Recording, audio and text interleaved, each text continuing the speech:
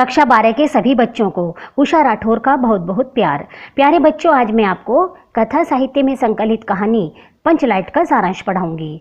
कथा साहित्य में से प्रत्येक वर्ष बोर्ड की परीक्षा में अनिवार्य रूप से प्रश्न आता है, इसलिए आप इस कहानी के सारांश को ध्यानपूर्वक पढ़ें और समझें। फणीश्वरनाथ रेणु द्वारा रचित पंचलाइट कहानी का सारांश लिखिए।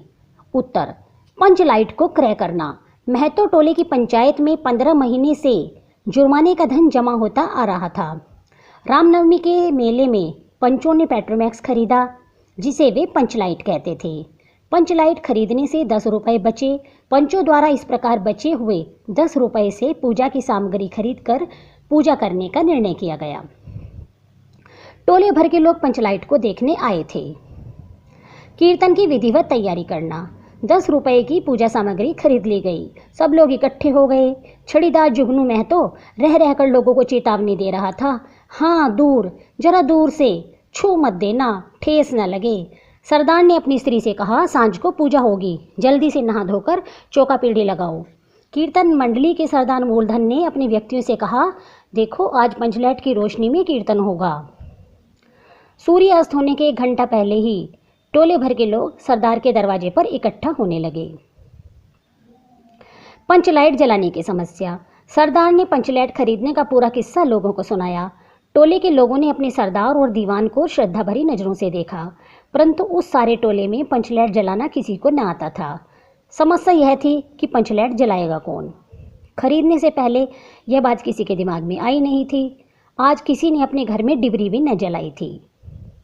पंचलाइट न जलने से पंचों के चेहरे उतर गए थे। राजपूत टोले के लोगों ने उनका मजाक बनाया। सबने धैर्य के साथ उनका मजाक सहन किया। गोधन का बिरादरी में शामिल किया जाना। सारे टोले में पंचलाइट जलाने की विद्या बस एक ही व्यक्ति जानता है, और वह है गोधन। केवल गुलरी काके की बेटी मुनरी जानती है कि गोधन पंचलाइट जलाना जानता है, परंतु गोधन को तो पंचों ने बिरादरी से निकाल रखा था, क्योंकि वह सलीमा के गीत सुनाकर और बांसुरी बजाकर मुनरी को अपनी ओर आकर्षित किया करता था। मुनरी ने अपनी सहेली कनेली के कान में यह बात बताई। कनेली ने यह सूचना सरदार के कान तक पहुंचा दी कि गोधन पंचलाइट जलाना जानता है। अब यह विचार करने की बात थी कि बिरादरी से हुक्काबंद गोधन को बुलाया जाए या नहीं। सरदार ने कहा कि जाति की बंदिश ही क्या, जब जाति की इज्जत पानी में बही जा रही है। क्यों जी दीवान। सबकी राय से गोधन को बुलाना तय हो गया। छड़ीदार को गोधन के पास बुलाने भेजा, परंतु गोधन ने आने से इनकार कर दिया।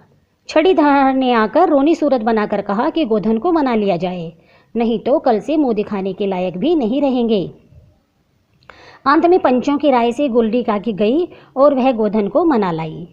अब गोधन की बिरादरी में खुल्लस हुई। गोधन के साथ खून का क्षमा किया जाना। गोधन आकर पंचलाइट जलाने लगा। उसने स्पिरिट मांगी। उपस्थित जनसमूह में फिर मायूसी छा गई। स्पिरिट तो लाई ही नहीं गई थी। गोधन ने स्पिरिट के अभाव में गरी के तेल से ही लाइट जला दी। पंचलाइट को जलती देखकर सब प्रसन्न हो गए और गोधन की प्रशंसा करने लगे। मुनरी ने हसरत भरी दृष्टि से गोधन को देखा। आंखें चार हुई और आंखों से बात हुई। कहा, सुना, माफ करना, मेरा क्या कसूर। सरदार ने गोधन को बड़े प्यार से अपने पास बुलाया और कहा, तुमने जाति की इज्जत रखी है, तुम्हारा 7 खून माफ। खूब गाओ सलीमा का गाना। गुलरी काकी ने गोधन को रात के खाने पर निमंत्रित किया। गोधन ने एक बार फिर मुनरी को देखा। मुनरी की पलकें झुक गई।